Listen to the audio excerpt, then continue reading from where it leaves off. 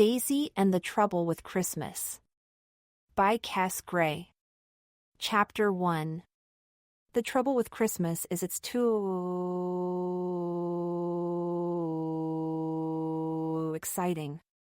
If Christmas wasn't so exciting, then what happened in the school Christmas play this afternoon would never have happened in the first place. Which isn't my fault. Ask Gabby. Ask Paula Potts. Ask anyone who isn't Mrs. Peters, or any of the other teachers, or my mom or Gabby's mom and dad. It's all Christmas's fault. Not mine. If Christmas hadn't made me get so excited, then everything would have been just fine. Except it wasn't fine. It was a bit embarrassing, really. Chapter 2. The trouble with Christmas excitement is it gets you all over. It goes into your toes and your fingers and your elbows and your hair and your eyeballs and up your jumper. It wiggles into your brain through your ears. It gets you in your lips so you can't stop smiling. It gets you in your legs so you can't stop skipping. It gets you inside your tummy so your heartbeat won't stop going bibbidi-bibbidi-bop all the time. It even gets you in your eyelashes so you can't close your eyes properly when you go to bed. And it lasts for ages. My Christmas excitement started in September. September is when all the Christmassy things come into the shops. My mom says it's a disgrace putting Christmassy things in the shops in September. My mom says that shops should only put their Christmassy things on the shelves in about November when it's nearly Christmas, not September when it's still nearly summer. But Elle thinks she's wrong. I think shops should get rid of all their normal things, apart from sweets, in about January, and then have Christmassy things on their shelves until Christmas. I love Christmassy things. In fact, when I'm about 27, that's what I'm going to be, a Christmassy thing shop owner. Who only sells Christmassy things. Unless Santa gives me a job, that is. The trouble with Santa is you never get to actually see him. Even when he comes down the chimney with all your presents, you won't see him. That's because he magics you asleep before he comes. Did you know that when Santa touches the side of his nose with his finger, it makes him small enough to go up and down chimneys? It's true because I've seen it in a book. You will never ever get to see the real Santa because his magic is so good. You can still write to him though. I wrote a letter to Santa in October. It said, "To Santa. Santa's house. The North Pole. Dear Santa, please when I grow up can I be one of your helpers? I will try not to grow up too much because I know elves are usually very short, but I'm really good at wrapping presents, plus I can bring my own red scissors, plus I would be really good at feeding Rudolph. So please can I have a job when I'm about 17? Love, Daisy." The trouble with writing letters to Santa is they have to be sent to the North Pole, which is the farthest away place in the world. The trouble with walking to the North Pole is it will really make your postman's feet ache. My mom says the quickest way to send a letter to Santa is to magic it there. I thought she was going to say by hovercraft or something, but she didn't. She said if I gave my letter to her on bonfire night, she would post it for me then. So I did. Plus I wrote my Christmas list to Santa too. Dear Santa, I know it isn't even December yet, but my mom says she's going to magic my letter and my Christmas list to you on bonfire night. In case you didn't know, I've been really good all year. Well, nearly all year. And when I wasn't that good, it wasn't my fault. So please can I have these things for my Christmas presents? Pogo stick that doesn't fall over, skateboard with engine, yo-yo that does tricks. Coloring pencils that don't snap, coloring pens that don't run out, red and white football that scores goals, quite a fluffy hamster, bike that fires torpedoes, bubble bath that makes the water green, craft scissors with pointy ends. Worm house with Rayoul worms. Big cactus. Chocolate money, or real money to buy chocolate money. Skipping rope long enough for about 20 people. Super Soaker water pistol with about 10 different action squirts. New watch, PS. If you run out of room on your sleigh, can I definitely have the bike that fires torpedoes first? Love, Daisy. When my mom read my Christmas list, she said Santa didn't make bikes with torpedoes. Then she said that I would need to be on my very best behavior right up to Christmas Day if I was going to get even half of the things I'd written down. So I promised I wouldn't get into even the slightest bit of trouble. Not before Christmas. Not during Christmas. Not even after Christmas. I was doing really, really well until today. Sigh hi. I do hope Santa wasn't watching the school Christmas play this afternoon. Chapter 3. Before I tell you about what happened at the school Christmas play today, I must tell you what happened on Bonfire Night in November. I love Bonfire Night, don't you?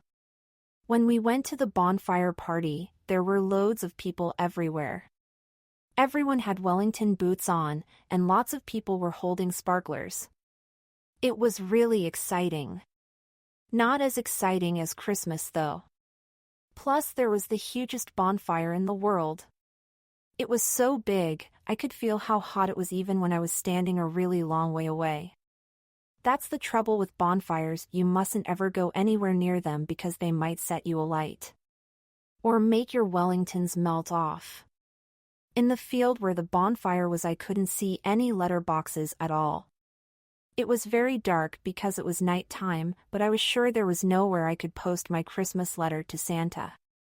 But Mum said she wouldn't need a post box or a postman to post my Christmas list, she would need a man in a yellow jacket. Men in yellow jackets are called marshals. Their job is to let off all the fireworks on bonfire night, and to make sure no one gets too close to the bonfire. Their other job is to send Christmas letters to Santa. The marshal whom my mum spoke to looked really kind. After my mum had whispered in his ear, he smiled at me and asked me for my Santa letters. So I gave them to him. And then guess what he did? He put them on the bonfire. At first I didn't understand. But Mum told me that bonfire magic would send all the words on my letters right up into the air, through the clouds and past the stars, all the way to Santa's home. Just like that. She said if I watched the bonfire carefully I would see the words from other children's Santa letters whizzing up into the sky. And she was right. There were loads of sparks flying up from the bonfire all over the place. I saw all the words LD written to Santa fly right up into the sky. Santa, reindeer, pogo stick, bike and torpedo glowing really orange before they went black and disappeared. It was brilliant.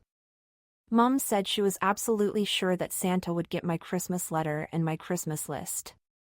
Which made me even more excited.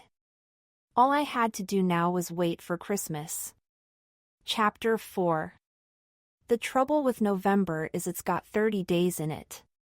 If November only had one day in it, it wouldn't have gone so slowly. I've now been waiting 41.5 days since bonfire night, but there are still 9 more days to go till Christmas Day. Oh, I do wish Christmas would hurry up. The trouble with waiting for Christmas is it even makes the bits of you that don't usually get excited get really excited too.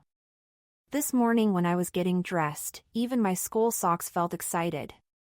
Then, when I tried on my school play costume this morning, I got excited tingles all over.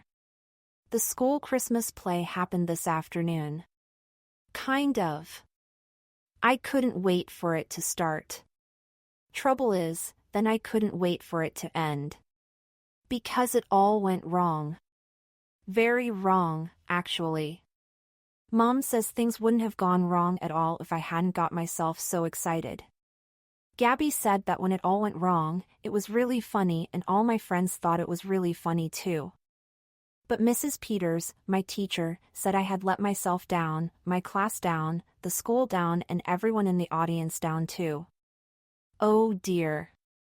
I hope I haven't let Santa down. And anyway, it wasn't my fault. It was Mrs. Peters' fault.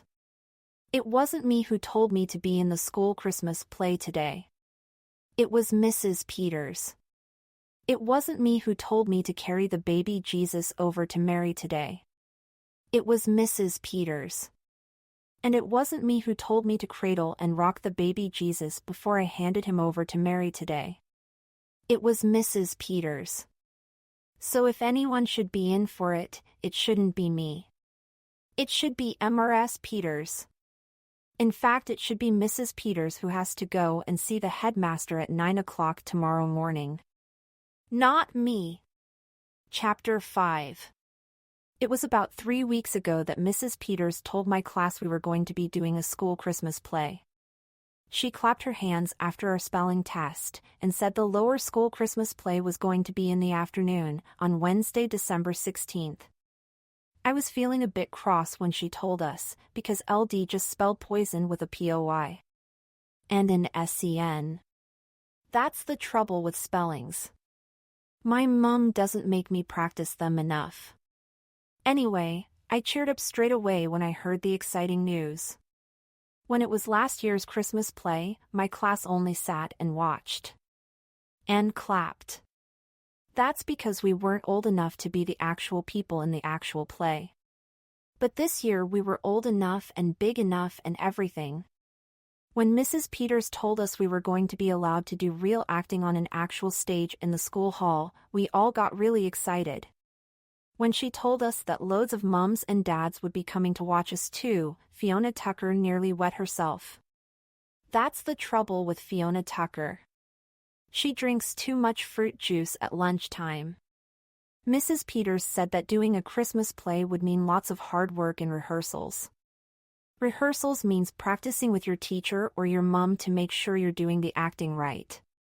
She said we would have to learn our lines and lots of new songs as well. Plus we would all have to make our own outfits. Well, our mums would. Then Mrs. Peters said that the very next day she would be telling everyone in the class what person in the Christmas play they were going to be. I put my hand up straight away to ask if I could be the three king with the gold, but Mrs. Peters told everyone to put their hands down. Mrs. Peters said she would let everybody know who they were going to be after assembly the next morning. Then she gave us a school newsletter to take home. When Gabby and me met my mum outside the school gates, my mum read the special Christmas newsletter and said, "How lovely. I do so love the story of Christmas. I wonder what carols you'll sing. I wonder what roles you and Gabby are going to play." I said there weren't any roles in the story of Christmas. Then my mum said, "Not bread rolls, Daisy, rolls. A role is a part is the person you are going to be acting in the play." I said I wanted to be the three king with the gold, because then I'd be rich. Gabby said she wanted to be a Mary with a blue dress, because she already had a blue dress in her wardrobe at home. Then me and Gabby got so excited, we made up a special Christmas game to play all the way home from school. In our game, you both take turns to think of something Christmassy that you love. The first person who can't think of a Christmassy thing that they absolutely love loses the game. Except it's impossible to lose, because there are so many things at Christmas that are so loverly. I love Santa, I said. And Gabby said she loved Santa too. I love snowmen, said Gabby. And I said I loved snowmen too. Then one said I loved Christmas presents. And Gabby said she loved Christmas presents too. I love Christmas stockings, said Gabby. I love being in a Christmas school play, I said. Especially if I'm going to be a three king. But then, without even asking, my mum joined in our special Christmas game. I love Christmas carols, she said. Trouble is, then she actually started singing one too. The trouble with my mum singing Christmas carols is she can't sing. In fact, my mum sounds really weird when she sings, or even hums. So Gabby and me had to stop playing our special Christmas game after that. We had to walk with our hands over our ears, all the way home from school. Chapter 6. When I called for Gabby the next morning, my whole school uniform felt excited. Not only was I going to be acting in a school Christmas play, but Gabby's mom and dad had made Gabby's front garden into the most Christmassy front garden in the whole world. They'd put a big dancing snowman by the wheelie bin and a light-up Rudolph with a flashing red nose on the lawn, plus loads of other really good Christmassy things, plus Christmas lights stretching right round all the windows of the whole house. My mom says that Gabby's house always looks a bit tacky at Christmas. Tacky means not that good, but she's definitely wrong. Gabby's Christmas garden decorations are totally brilliant. I wish I had a plastic reindeer with a flashing nose on my lawn. And a blow-up sleigh with real sleigh bell sounds on my roof. And a blow-up Santa that says ho ho ho. And plastic dancing elves that go hee hee hee when you walk past them.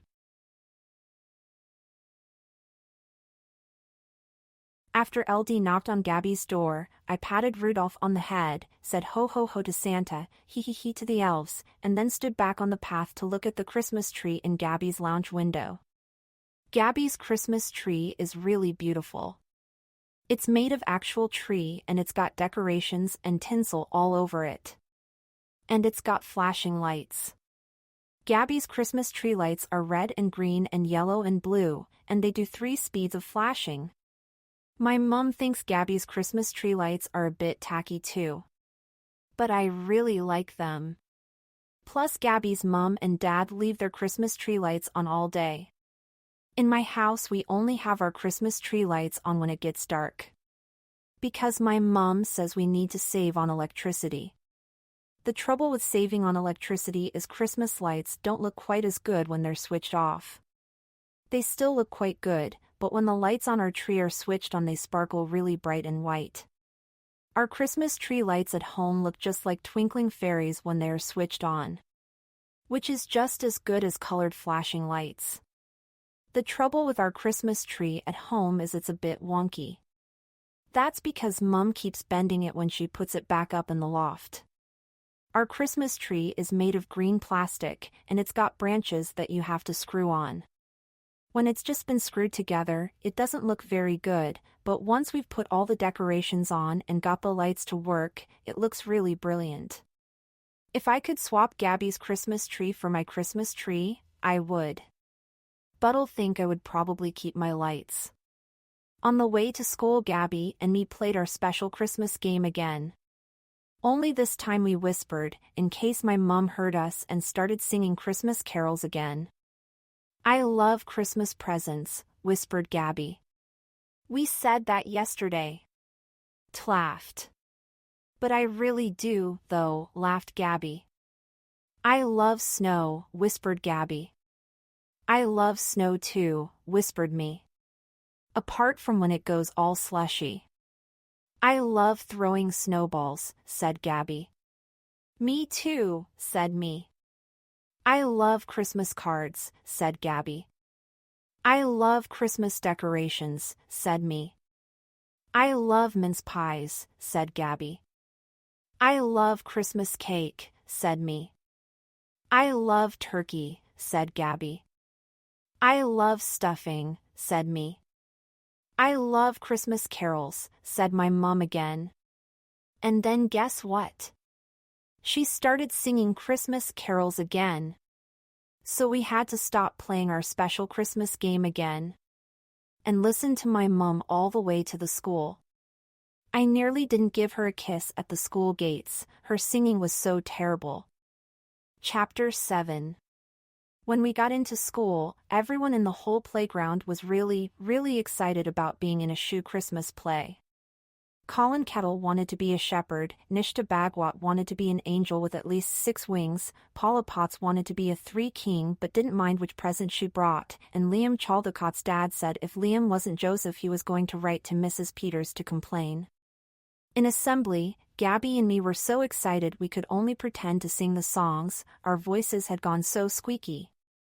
Harry Bayliss fidgeted all the way through because he wanted to be a Roman soldier with an actual sword. Fiona Tucker nearly wet herself again because she was bursting to be an angel with a magic wand. And Liberty Pierce said she had done a prayer to God asking if she could have first ride on the camels. IS000000 hope I'm the three king with the gold. I said to Gabby as we walked back to our classroom. And I so hope I'm Mary, said Gabby. Gabby said that Mary was the best person to be in the Christmas play by far because you got to wear a blue dress. Gabby's favorite color is blue. Plus she said Mary can ride donkeys sideways. I told her only circus people can ride donkeys sideways, but Gabby said she had seen a photo of Mary actually doing it. So it must be true. I told Gabby that even if Mary could ride donkeys sideways, we weren't allowed live donkeys in the school play, plus the three king with the gold had a camel, and camels were much better than donkeys. Double plus, wearing a gold crown was much better than wearing a blue cloak. And carrying a golden present was even better. Then I said there was no way Gabby was going to be Mary anyway, because she had blonde hair. So then Gabby got a bit cross, and kicked the wall in the corridor. The trouble with kicking walls in corridors is it scuffs the toe of your school shoes. Gabby said she'd be in for it if her mom saw the scuff, because she'd only had her shoes on for 2 hours. I said to spit on it when we got back to the classroom and then rub it with her finger. That always makes my scuffs go away. At least for a while. Then Gabby said she would wear a Black Mary wig if she had to, plus we weren't allowed alive camels either, and anyway the three kings present wouldn't be real gold, but her cloak would be real blue, so would her hood and her shoes if Mrs. Peters would let her wear them. That's the trouble with blue school shoes. They have to be black. Otherwise you get told off. Especially if they're white trainers. Chapter 8. When we got back to our classroom after assembly and sat down at our desks, Mrs. Peters had to clap her hands 6 times before she could get everyone to be quiet. Then she had to clap again, because Jack Beachwhistle still wouldn't be quiet. Then Fiona Tucker put her hand up and asked if she could go to the loo, so we had to wait even longer to find out which person in the Christmas play we were going to be. Fiona Tucker must have been really bursting, because she took absolutely ages to come back. She took so long, Liberty Pierce had to go to the loo too. Then Colin Kettle. And then Jack Beachwhistle. But he wasn't allowed, because he didn't really need to go. When everyone had come back from the loo, Mrs. Peters clapped her hands 2 times more again, and said, "Right, children. Quiet please, children, while I read out my list. On this list are the names of the children in the class who I have chosen to be the lead characters in the school Christmas play. After I have read out your name, I will read out the name of the character you are going to be. For example, Gabriella, you will be Mary. That's the trouble with Gabby. She's really jammy." Once Gabby had stopped squealing like a hamster, Mrs. Peters read out all the other parts in the play. Daniel Carrington was going to be Joseph. Nishta Bagwat was going to be the three king with the gold. Vicky Caro was going to be the three king with the frankincense. Harry Bayliss was the three king with the myrrh. Liberty Pierce, Fiona Tucker and Jasmine Smart were all going to be angels. Daniel McNichol was going to be a bright shining star. Jack Beachwhistle was going to be King Herod. Colin Kettle, Sanjay Lepore and Bernadette Lane were all Roman soldiers, with actual swords. Liam Chaldecott was going to be the innkeeper. Melanie Simpson was going to be a barmaid. David Alexander, Barry Morley and Stephanie Breakspear were going to be shepherds. Paula Potts was going to be a sheepdog. And all the children in the class who hadn't had their names read out were going to be part of a special gang of singing sheep, called the Woolly Wonkas. Oh yes. And I was going to be Mary's helper. At first, when Mrs. Peters told me was going to be Mary's helper, I didn't know what to say. Or think. I'd heard of a Mary before, but LD never heard of a Mary's helper. So then I asked Gabby what it was. "What's a Mary's helper?" I whispered. "It's someone who helps me," said Gabby, all excitedly. "Isn't it good, Daisy?" You and me are going to be together on stage in the school play. Mrs. Peters has put us together. Because we're best friends. Isn't it brilliant? So I forgot about being a three-king and got really excited about being a Mary's helper instead. Gabby was going to be Mary. And I was going to be her helper.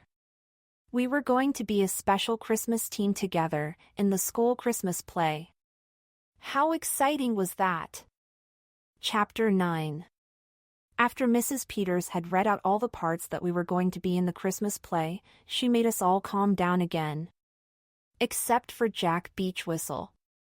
Jack Beachwhistle wouldn't calm down at all. He just wouldn't stop waving his arms about and asking who King Herod was. In the end, he asked so much, he had to go and stand outside the classroom door. After about 5 minutes, Mrs. Peters let him back in. Then she told us the story of Christmas. The trouble with the story of Christmas is it's a bit strange in the beginning if you ask me. It goes like this: one day, actually night, Mary, who was going to be Gabby, was asleep in bed when she had a dream. God, who wasn't going to be anyone, spoke to Mary in her dreams and told her she was going to have a baby. Plus he told her that the baby was going to be called Jesus, and that Jesus would be his son. But although Jesus would be God's son, God needed a different dad to look after him. So God told Mary to ask her husband, who was called Joseph, to be Jesus' dad instead. That's the trouble with being God. You are far too busy to look after babies. Even if it's your own baby. Then Daniel Carrington, who was going to be Joseph, put his hand up and asked Mrs. Peters a question. He said, "Miss, if Mary is Joseph's wife but she's having God's baby, does that mean she's been having an affair?" Mrs. Peters went a bit red and said no, it didn't. It just meant that God moves in mysterious ways. Then Jack Beachwhistle started moving in mysterious ways in his school chair. So he got sent out of the classroom again. After he was let back in, Mrs. Peters told us that Joseph was really pleased when he heard the news about baby Jesus. Joseph was a carpenter, so I reckon he probably started carving some wooden toys for baby Jesus to play with. Then baby Jesus started growing in Mary's tummy and everyone was really happy. Until one day, just before Jesus was going to be born, Mary and Joseph were told that they would have to go all the way to a town called Bethlehem to put their names down on a special list. Bethlehem was the place where Joseph and Mary were born, and the special list was an I was born here list called a census. The trouble with censuses is if you've moved somewhere else, you have to go all the way back straight away, even if you're going to have a baby. Otherwise you won't get on the list. So Mary and Joseph bought a donkey to take them all the way from the town they were living in, called Nazareth, to the town they were born in, called Bethlehem. The trouble with donkeys is they're not big enough for 2 people, so Joseph had to walk all the way there. Nishta Bagwat said they should have bought a camel instead because they're bigger, plus they can fit 2 people on. But the trouble with camels is they are very expensive, so only 3 kings can afford to buy them. So it had to be a donkey. I don't know what the donkey was called, but I would have called him Buttons. So one warm and starry night, Mary, Joseph and Buttons set off across the desert to go to Bethlehem. The trouble with deserts is all the sand looks the same, which means you can get lost really easily if you're not careful. Especially in the dark. So to help Mary and Joseph find Bethlehem without getting lost, God put a great big shining star in the sky right above it. Then some angels started telling other people to follow the star to Bethlehem too. Some shepherds who were watching their woolly Wonkas by night were told how special baby Jesus was going to be and where he was going to be born. Plus 3 kings were told about Jesus by some other angels too. All the kings and all the shepherds wanted to see baby Jesus being born, so off they all went to Bethlehem, with lots of sheep and presents. Mary and Joseph got to Bethlehem first because they had a head start. Trouble is, they couldn't find anywhere to stay. Every time they knocked at an inn, the innkeepers said they were full. Barry Morley said the innkeepers were out of order because they must have been able to find a space for Mary and Joseph to sleep somewhere, even if it was on a settee. Especially if Mary was going to have a baby. But in the end, a kinder innkeeper did give Mary and Joseph somewhere to stay. He let them sleep in his stable. The trouble with sleeping in a stable is it must have been really smelly. Stables are like barns and they're full of cows and sheep and things. Even with nice fresh straw in it, a stable would still whiff of you-know-what. Especially if a horse did a hoopsie. But Mrs. Peters said Mary and Joseph had no choice. So that is where baby Jesus was born. In a stable. With all the whiffs and hoopsies. Paula Potts said her mom had just had a baby, and if she ever had a baby too, there is no way she would have it in a stable. When she had a baby, she was going to have it in a nice clean hospital, and after she brought her baby home, she would give it a lovely warm cot with teddy bears in it, plus a mobile that played sleepy time tunes. Plus she'd have a baby listening monitor and a special place for dirty nappies. But Mrs. Peters said they didn't have things like that in olden days. All Mary and Joseph had for Jesus to be born in was something called a manger. And they even had to borrow that. The trouble with mangers is they aren't meant to be used for cots at all. I mean, do you know what a manger is? It's a wooden box that you put horses' food in. You know, actual horse food, like hay and grass and sugar lumps and stuff.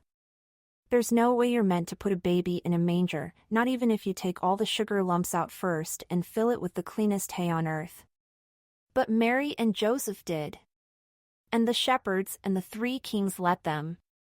If you ask me, the last thing baby Jesus needed was gold, frankincense and myrrh.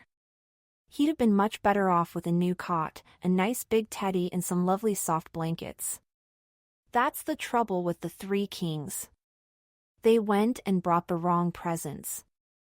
After Jesus was born, all the shepherds and the sheep and the kings and probably some chickens gathered round the manger to see how special he was. He was so special everyone said he was going to grow up to be king of all the kings in all the world. Then, after that, everyone apart from Mary, Joseph and baby Jesus went home. But that wasn't the end of the story, though. We thought it was, but it wasn't. Because another king called Herod found out that Jesus had been born. And he wasn't happy about it at all. In fact, he was even more jealous of Jesus than Santa's reindeers are of Rudolph. Herod wanted himself to be king of all the kings, not Jesus, so do you know what he decided to do? He was so jealous, he sent all his Roman soldiers out to find Jesus. And kill him. With actual swords. Then the dinner bell went. Not in Bethlehem, because Bethlehem didn't have dinner bells. At least stables didn't. The dinner bell went outside our classroom door. Mrs. Peters said that we didn't have to worry about Jesus over lunch because in the Bible he would be kept safe from Herod's soldiers and he would still grow up to be king of all the kings in all the world. Which was good, because the trouble with trying to eat your packed lunch when you're worrying about baby Jesus is it could make it really hard for your sandwiches to go down. So everything was all right after that. Until Jack Beachwhistle tried to arrest us. Chapter 10. The trouble with Jack Beachwhistle being a King Herod is he thinks it makes him the boss of the whole playground. Which meant after lunch he was sending Colin Kettle, Sanjay Lepore and Bernadette Lane all over the place to arrest people, because he said they were his soldiers and they had to follow his orders. But me and Gabby said there was no way King Herod was going to arrest us. Especially if he was the same person as Jack Beachwhistle. Colin, Bernadette and Sanjay said we had to be arrested because they were soldiers. Plus they had swords. We said we couldn't see any swords. So they said that's because their swords were invisible. Which wasn't true, so me and Gabby told them to go away. Then Jack Beachwhistle came over to us and ordered us to definitely surrender to his soldiers. So we called them all poopy heads and stuck our tongues out. The trouble with calling soldiers poopy heads is then they turn their invisible swords into invisible choppers. Plus King Herod switches to cosmic power. Cosmic power is really dangerous if it touches you, so we had to run away really fast after that. Luckily we found the 3 kings with presents over by the quiet area, so we got them to come and fight with us. Jack Beachwhistle said his 3 soldiers were stronger than our 3 kings, but Harry Bayless said his 3 king crown fired golden bullets. Then Vicky Caro changed her frankincense into poison gas, and Nishta Bagwat made her robe into a Spider-Man net. We arrested Herod and all his soldiers after that. Sword power. Poison gas power. Lightning power. Spider web power. Invisible power. Except Jack Beachwhistle let himself out of jail straight away, because he said he was king of nearly all the land, which meant he could change the law. And he let his soldiers out of jail too. And gave them their invisible choppers back, which was really annoying at first, but it didn't matter in the end, because lunchtime was over and we had to go back to our class. That's the trouble with playtime bells. They always ring when you're having the most fun. It was only when I was walking back to class with Gabby that I suddenly realized something really important. I'd heard the story of Christmas, but I still didn't know what a Mary's helper had to do. After what happened in the school play this afternoon, I wish I'd never found out. Chapter 11. What do you think Mary's helper helps Mary to do? I asked Gabby on the way back to class. I'm not exactly sure, said Gabby. Maybe you could help me get on and off my donkey sideways, or perhaps you could help me tidy up the stable so it's nicer for having a baby in. I'm not cleaning up the cow hoopsies, I said. Or sheep droppings or piggy poos. No way I'm helping you do that. Gabby laughed and said the best thing to do was ask Mrs. Peters tie afternoon. So I did. Just after sing-along time. Mrs. Peters told the class that everyone would find out exactly what they had to do in the play when rehearsals started the next day. But then she said as I had sung so nicely, she would tell me exactly what a Mary's helper had to do. I was so excited about finding out, it was me that nearly wet myself this time, not Fiona Tucker. And believe me, what I had to do was really, really important. And really, really, really exciting. Mrs. Peters said having a baby was a very tiring thing to do, so once Mary had put the newborn baby Jesus in the manger, I would have to come in and help. I would need to take the newborn baby Jesus away from Mary, wash him, bathe him and give him some clean clothes. Mrs. Peters said that when I took the baby Jesus away, the lights on the stage would go out, everything in the stable would go dark, and everyone, including the woolly Wonkas, would sing a Christmas celebration song. Mary and me wouldn't have to sing though, because Mary would be too busy resting and I would be too busy helping. Then, when the lights came back on, I would need to bring the baby Jesus back to Mary, all clean and dressed and lovely. Plus, before I gave him back to Mary, the first had to cradle and rock him. Double plus, you'll never guess what. I had to say a whole line of words all by myself too. Behold! The King of Kings is born. I had to say all of that in my really loudest voice. All by myself. Do you know how many words that is that I had to learn? 7 whole words. 8 to myself. Plus. I even had to remember to do a curtsy too, before I gave baby Jesus back to Mary, Mary. Well, you can imagine, can't you? When I found out all the things Mrs. Peters wanted me to learn and remember to do, I really did wet myself. But only a little bit, because LD crossed my legs really tight. And I didn't tell anyone. Not even Gabby. Chapter 12. After school finished that day, everyone ran across the playground really fast to tell their mums and dads who they were going to be, and what costumes they had to make. Everyone was really smiley and excited. Except Liam Chaldicott's dad. When Liam told his dad he was an innkeeper and not a Joseph, his dad took him to the school office to complain. Mum promised to make me the best Mary's helper outfit she could, but said she would definitely need Nanny's sewing machine to help her. Gabby said if I had a blue dress, we would be matching. So Mum said she would see what she could do. Then Gabby said it was all so exciting, we simply must play our I Love Christmas game again all the way home from school. And guess what? There were still loads more lovely Christmassy things we could think of. Plus Mum asked if she could join in our game too.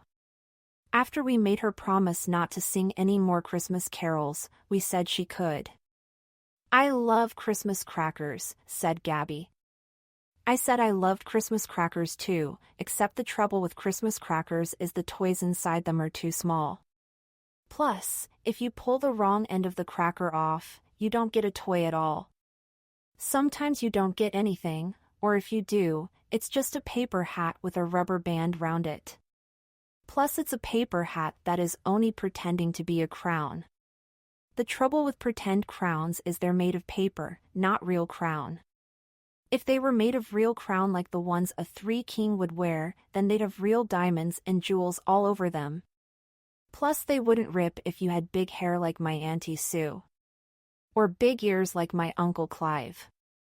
I love chocolate money, I said.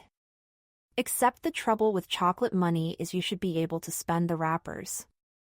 I mean the wrappers on chocolate money look like real money, so why can't you spend them? I wrapped the golden bits of my chocolate money around some shirt buttons once and tried to spend them in a sweet shop. But it didn't work. The sweet shop owner said I could only buy sweets with real money. That's the trouble with sweet shop owners. They're really mean. Even at Christmas.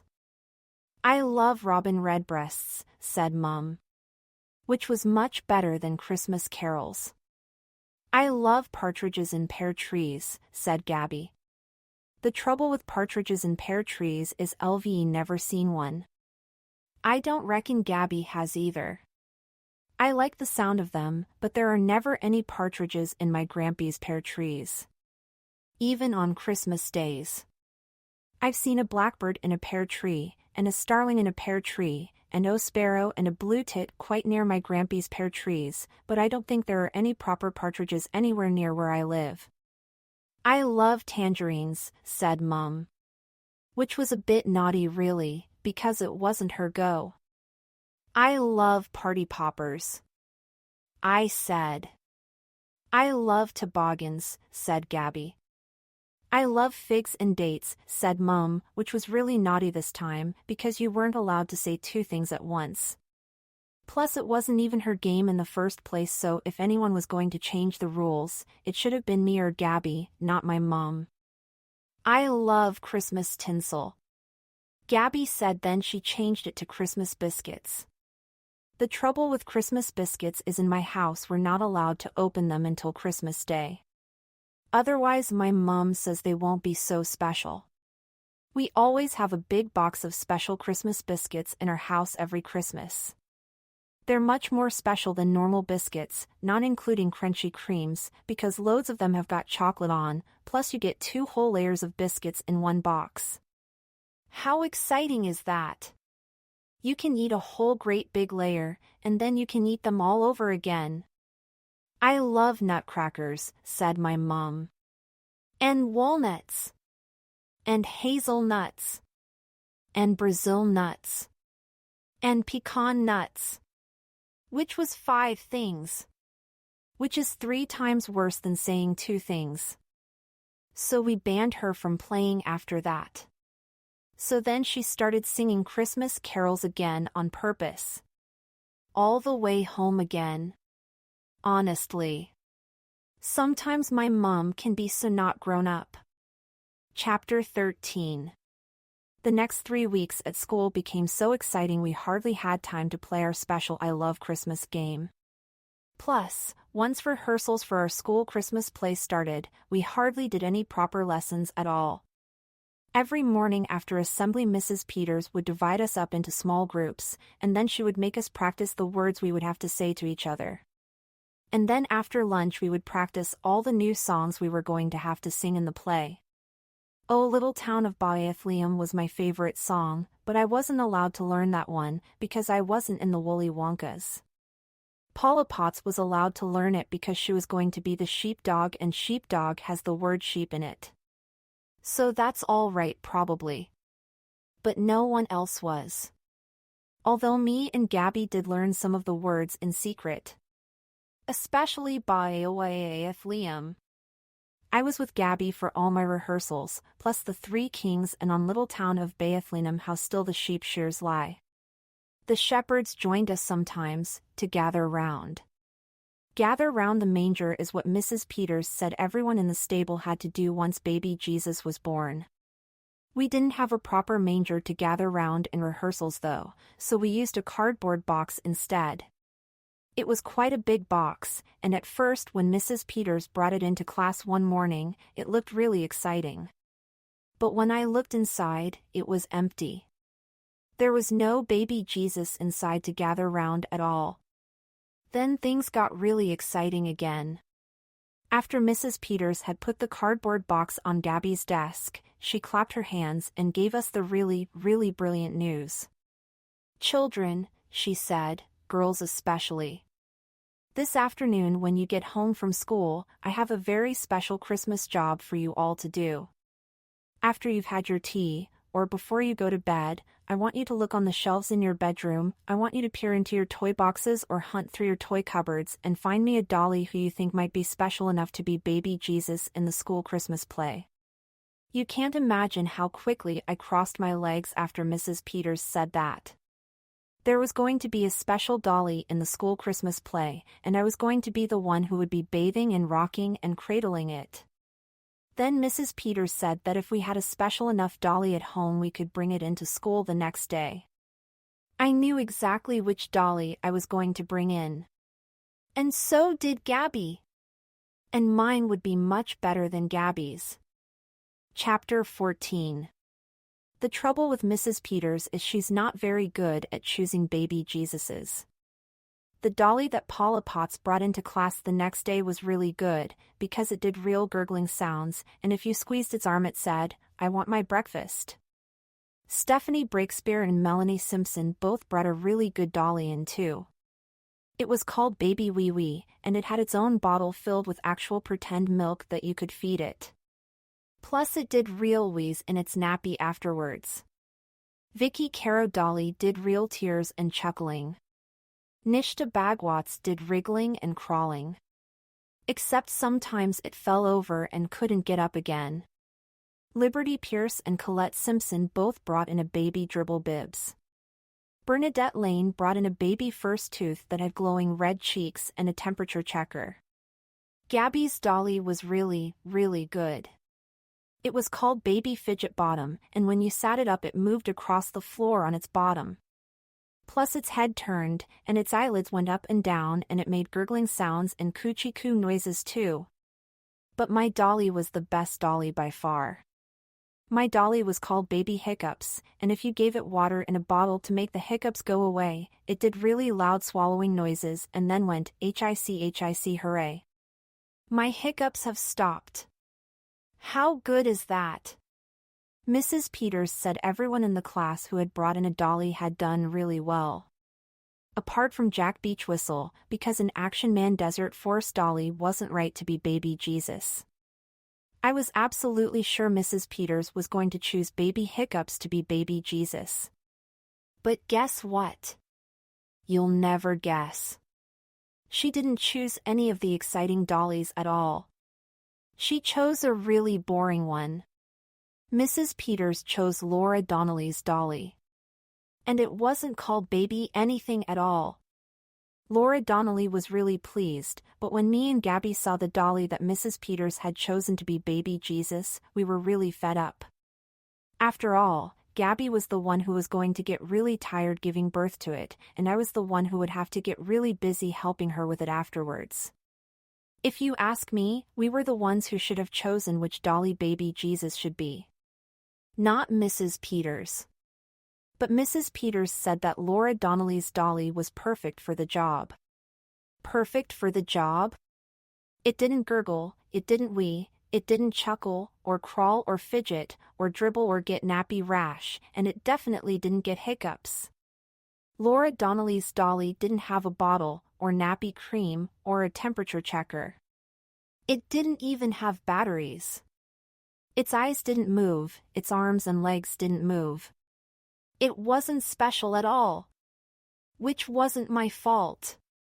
When I told my mum at home time which dolly Mrs. Peters had chosen to be baby Jesus, she stopped humming Christmas carols and said she was sure Mrs. Peters had her reasons. I asked my mum to go and complain to the school office about Laura Donnelly's dolly just like Liam Chaldicott's dad had about Mrs. Peters choosing the wrong Joseph. But my mum said she wasn't the kind of parent who went into school offices complaining, even if Mrs. Peters had picked the wrong dolly to be Jesus. She said being a teacher was a hard enough job as it was, without parents marching into school every day and moaning and groaning. So I had no choice in the end. If Laura Donnelly's dolly wasn't special, I just had to think of a way of making it special. Chapter 15. The trouble with dollies that aren't special is there is no way they should be a baby Jesus dolly in a school Christmas play. I mean, baby Jesus is the specialiest most special baby in the world. Plus he's the Son of God. And God is the specialiest most special person in the world. Not including Santa. So there was no way a plain old boring dolly should have been a really special Jesus dolly in a school Christmas play. Especially as I was the one who had been asked to hold him up for everyone to look at. I mean, what were all the parents in the audience going to think when I beheld him up and he didn't look even the titchiest bit special? If you were going to be a Mary's helper, you wouldn't want to behold up a baby Jesus who didn't look properly special, would you?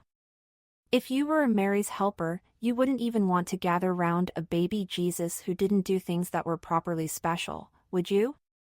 I bet if Santa made a baby Jesus dolly, he would make it do all sorts of properly special things. I bet he would make it laugh and gurgle and kick its legs, and cry and wet its nappy and everything. I bet a baby Jesus dolly made by Santa would have about 27 batteries in it at least. There's no way Santa would have wanted to gather round Laura Donnelly's baby Jesus dolly. Or behold it up. Me and Gabby tried gathering round Laura Donnelly's dolly every day for 3 whole weeks, but every time we looked into the cardboard box and did our rehearsing, all it did was lie still. It didn't even blink. Mrs. Peters said that newborn baby Jesuses weren't meant to do special things, and that Jesus would do more than enough special things when he grew up. Trouble was, I wouldn't be beholding baby Jesus up when he was grown up. I would only be beholding him up when he was just born. So what would you have done if you were me? You'd definitely have done what I did. You'd have worked out a special Christmas plan to turn Laura Donnelly's boring dolly into a really special Jesus dolly, wouldn't you? Especially if your best friend was going to be Mary in the school Christmas play, and especially if Mary wanted her baby to look much more special too. Our first plan would definitely have worked if Mrs. Peters had let us do it. Our first plan was all Gabby's idea, and it was brilliant. Why didn't I think of it? Paula Potts' mum had an actual real live actual baby at home. Plus he was an actual baby boy. So instead of Laura Donnelly's useless dolly, why didn't we use him in our Christmas play? He wasn't called Jesus, he was called Eric. How special and exciting would that be? Paula Potts was sure her mom would say yes. Trouble was, Mrs. Peters said no before we even got to ask. She said having a real-life baby Jesus in the school Christmas play was completely out of the question, and she was beginning to wonder whether putting me and Gabby together in the play was such a good idea after all. So after that, Gabby and me decided we would have to come up with a different make baby Jesus more special plan instead. And this time we decided we wouldn't tell Mrs. Peters about it, or anyone else at all. Chapter 16. The trouble with taking the batteries out of your mom's torch without asking is when she goes to use it, the light inside the torch doesn't come on. My mom was sure I'd taken the batteries out of her torch, but Elle crossed my fingers behind my back and said I hadn't. The trouble with taking the batteries out of the TV clicker without asking is when someone turns the telly on, the telly doesn't come on at all. Neither do any of the programs.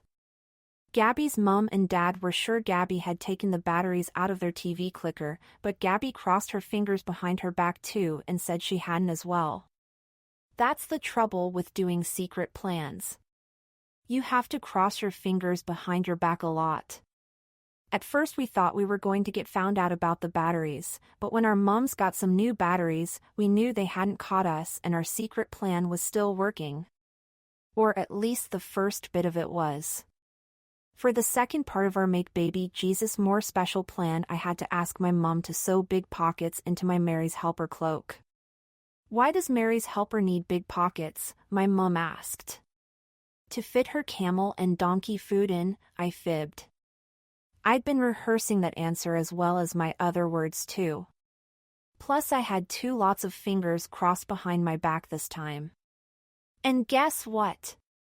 My mom believed me. She really did sew big pockets into my costume. Which meant the second bit of our plan had worked as well. All we had to do now was smuggle our stolen batteries into school. The trouble with smuggling stolen batteries into school is you need a really good place to hide them. At first we took them into school in our lunch boxes, but Mrs. Baines, the dinner lady, saw them when I was having my yogurt and made me tell her why they were there. I told her I had an electric lunch box and that the batteries were keeping my sandwiches fresh. The trouble with fibbing to Mrs. Baines is if you're eating your yogurt, you don't have any fingers free to cross behind your back. So Mrs. Baines didn't believe me. She said that there were no such things as electric lunch boxes and that she would keep the batteries in her pocket until after I'd finished my lunch. Luckily she did give them back to me, otherwise part 3 of our Make Baby Jesus More special plan wouldn't have worked at all. After that we had to hide our batteries somewhere else. Gabby put her batteries in her pencil case because they were smaller than mine, but I put mine in my PE bag because I had 4 Whoppers. Chapter 17.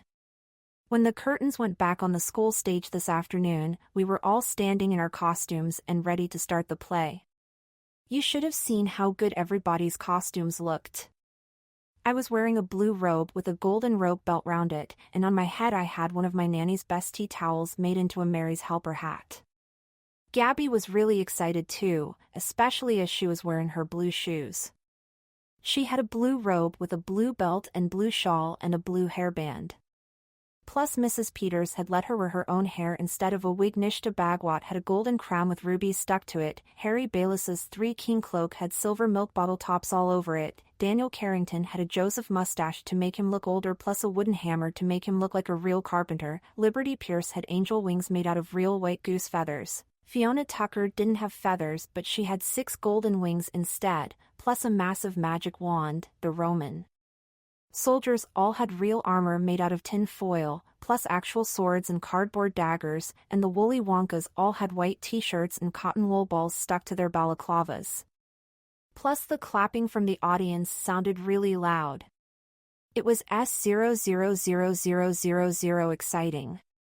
I was standing on the stage behind a donkey and couldn't see very much at first.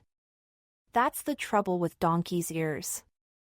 If you want to see between them you have to stand on tiptoe. When I got up a bit higher, I could just about see my mum through the gap in between. She was sitting right in the front row of the audience next to Gabby's mom and dad. I don't think they could see us, but we still gave them a really big wave. Once the clapping had nearly stopped, our headmaster, Mr. Sturgeon, stood up with a microphone and thanked everyone for coming to see us. He said we'd been rehearsing for ages and ages and he was sure we would put on a very good Christmas show. Then he thanked all the teachers for rehearsing us, then he thanked Mr. Benedict for playing the piano, then he told everyone how to get out of the school hall if there was a fire, then he said that if mums or dads wanted to take photographs or make films of us, they weren't allowed, and then he said our school Christmas bazaar would be on Saturday, and then he said he needed more helpers to help, and then his microphone stopped working so we couldn't hear what he was saying, and then the microphone started working again, and then he said that after the play had finished, the school was collecting money for the NSPCC, and then he sat down. That's the trouble with headmasters. They do go on a bit. While everyone in the audience was clapping and thanking our headmaster for sitting down, the curtains on the stage closed, and Mrs. Peters told us all to go and stand in our special places. My special place was right over to one side, behind Daniel McNichol. Then Miss Leames turned off all the lights in the assembly hall, and everything went dark. It went so dark everyone started giggling, because it was so exciting. Then the angels started to sing the first song, the lights came on, the curtains opened again, and guess what? Gabby had to walk onto the stage all by herself. She wasn't shy or anything. In fact, before she told everyone how poor her and Joseph were, she waved with both hands to her mom and dad. Gabby looked like a really good Mary. In fact, everyone looked good. Nishta looked good, Bernadette looked good, even Jack Beachwhistle looked good. If only baby Jesus had looked good too. Then everything wouldn't have gone so wrong. Chapter 18. The trouble with secret winks is you have to be careful Mrs. Peters doesn't see you do them. Especially if you're doing acting in a school Christmas play. Mrs. Peters kept doing loads of normal winks every time someone remembered their words or did their acting right. But Gabby's and my secret winks were far more secret than that. Gabby did her first secret wink to me just after she got on her cardboard donkey to go to Bethlehem. Secret winks mean get ready to do our secret plan. I was absolutely ready and everything. In fact, I was so excited, the tea towel on my head had started to wobble. I'd learned all my words off by heart. I'd been practicing them after school, and in the bath, and even on the loo. Behold, the King of Kings is born. That's what I was going to say, in my loudest Mary's helper voice. I knew exactly what else I had to do too. Plus I had all the batteries in my pocket to do it. All I had to do now was wait for secret wink number 2. And find a better place to see Gabby. The trouble with big shining stars is they stick up like donkey's ears too. Especially if Daniel McNichol is holding the pole and waving it in front of your face. In the end I had to whisper to tell him to lean the pole on his other shoulder, otherwise I would miss my second secret wink. Gabby and me had 5 secret winks planned. Gabby gave me her second wink when she arrived at the inn with Joseph. Our third secret wink would be when the innkeeper took them to the stable. The fourth secret wink would be when baby Jesus was born in the manger. And the fifth and most special secret wink would be when she handed baby Jesus to me to take away. After that, everything would be down to me. Chapter 19. The trouble with waiting for secret winks is it's worse than waiting for Christmas. I was almost nearly wetting myself by the third secret wink. My tea towel was almost falling off my head by the fourth secret wink. And I was nearly fainting with excitement by the fifth one. Everything was going so well. Everyone was remembering their lines really well, except Daniel Carrington. He was too busy playing with his hammer. Luckily, Mrs. Peters had learned to say Joseph's lines for him.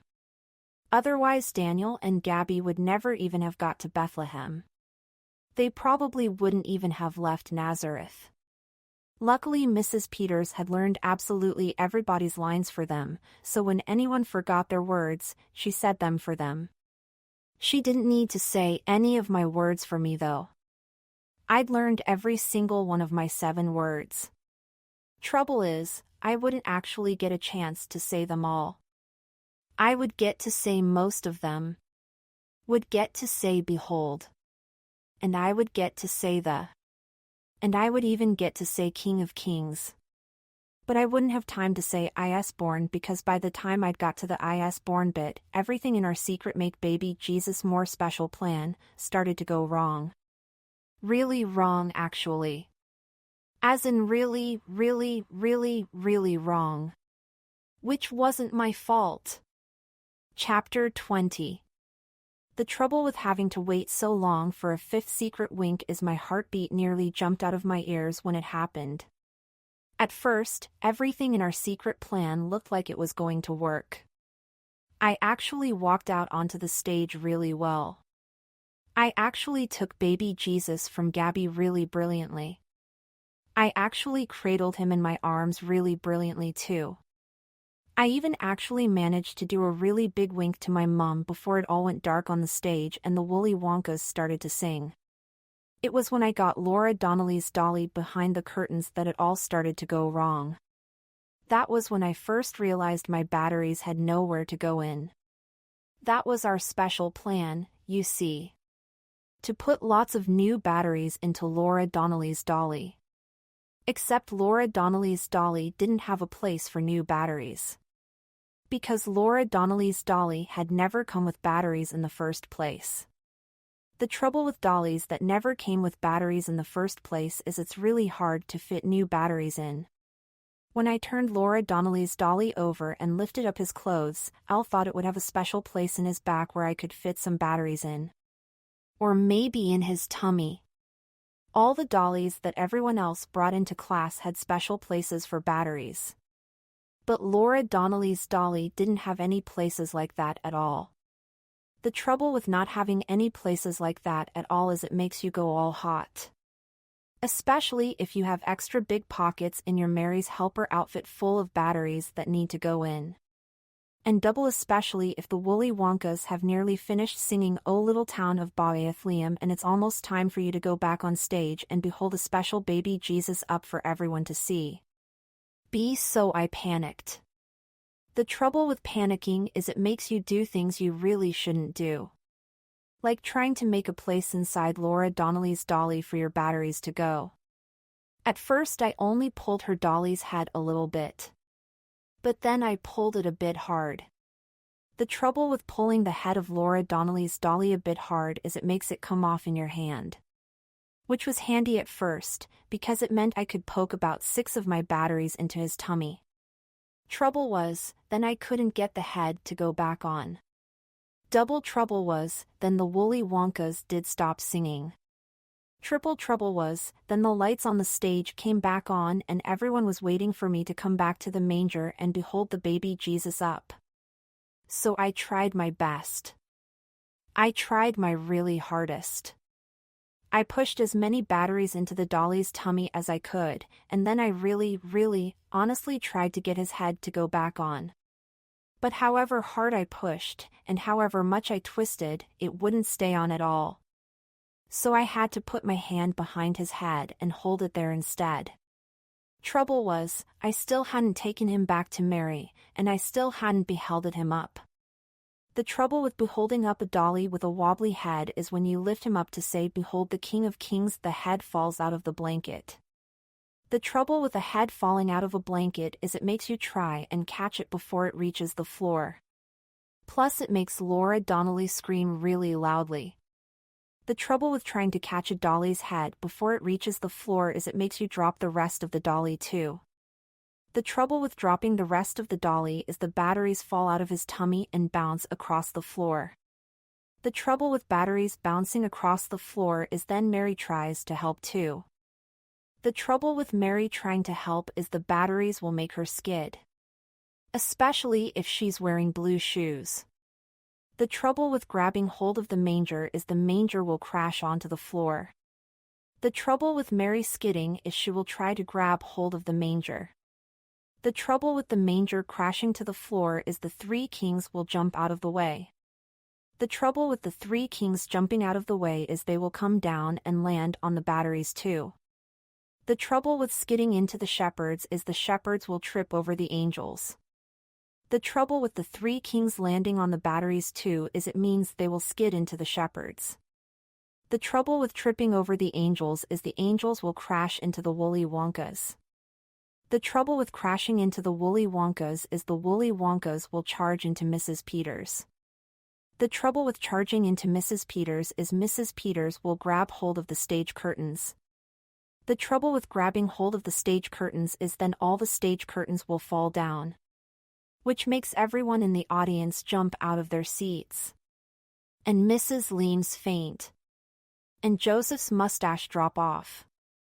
And the shining star snap in the middle. Which wasn't really my plan.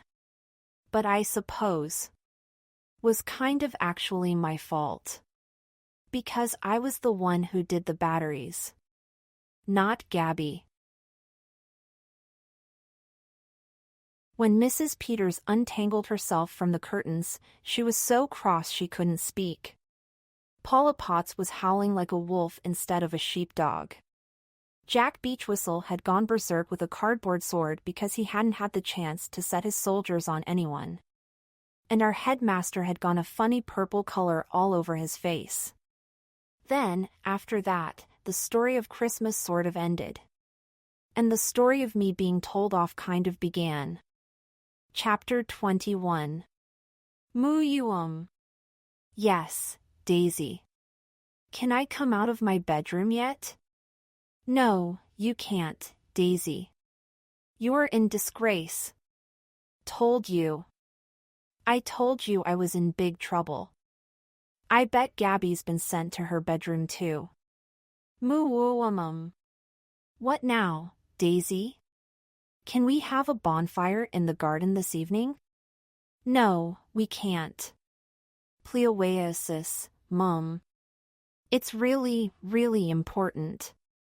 Why, Daisy? Exactly why is it really, really important? No reason. No reason is no reason to have a bonfire then, is it, Daisy?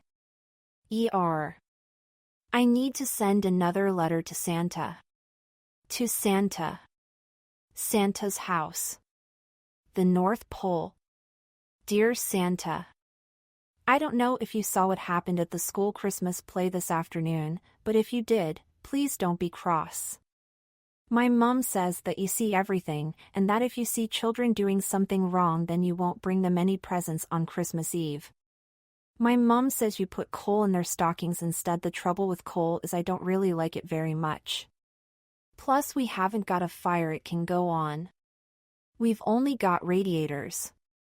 Double plus what happened in the school Christmas play today wasn't totally really my fault. It was only sort of really my fault. Mostly, it was Christmas's fault. It was Christmas's fault for making me 50 million excited. I've been excited since September, so that proves it's Christmas's fault. My mom says I always get into trouble when I get excited. So please don't be cross with me, because Christmas is the most exciting time of the year. Plus, if you put coal in my stocking then you should definitely put coal in Mrs. Peters' stocking too. If Mrs. Peters had chosen a special dolly to be baby Jesus instead of one with no batteries, then Gabby and me wouldn't have needed to have a secret plan in the first place. Or do secret winks. All we were trying to do was make our baby Jesus more special. Because baby Jesus is the most special baby in all the world. That's why I had to put batteries in him. Which is why I had to take his head off. So I could get the batteries in. I know our secret plan didn't work, and I know I spoiled the Christmas play for everyone, especially Laura Donnelly and Jack Beachwhistle, and I suppose Mrs. Peters too, but I have been good for the rest of the year, Santa. Not including the other times I've got into trouble. So please, Santa, please can I have presents in my stocking on Christmas Day, and not horrible bits of coal? I promise I won't be naughty ever again, plus I will do you a really, really good deal. My deal is if you give me the presents that I wrote down on my Christmas list, I will come and work for you for free when M17/ I'll bring my own red scissors, I'll wrap presents and make toys and feed all the reindeers, and I'll work harder than all the other elves who help you. Plus, if you want me to be more elfy, I'll even paint myself green. I hope you like this deal, Santa. Because I really want a bike that fires torpedoes. I love you lots and lots and lots, Santa. Christmas is my most favorite time of the year ever. So please don't be cross with me. Enough people are cross with me already. Happy Christmas. I hope you get this letter, Santa. Love, Daisy. P.S. Gabby says, do you make underwater helicopters too? To Santa.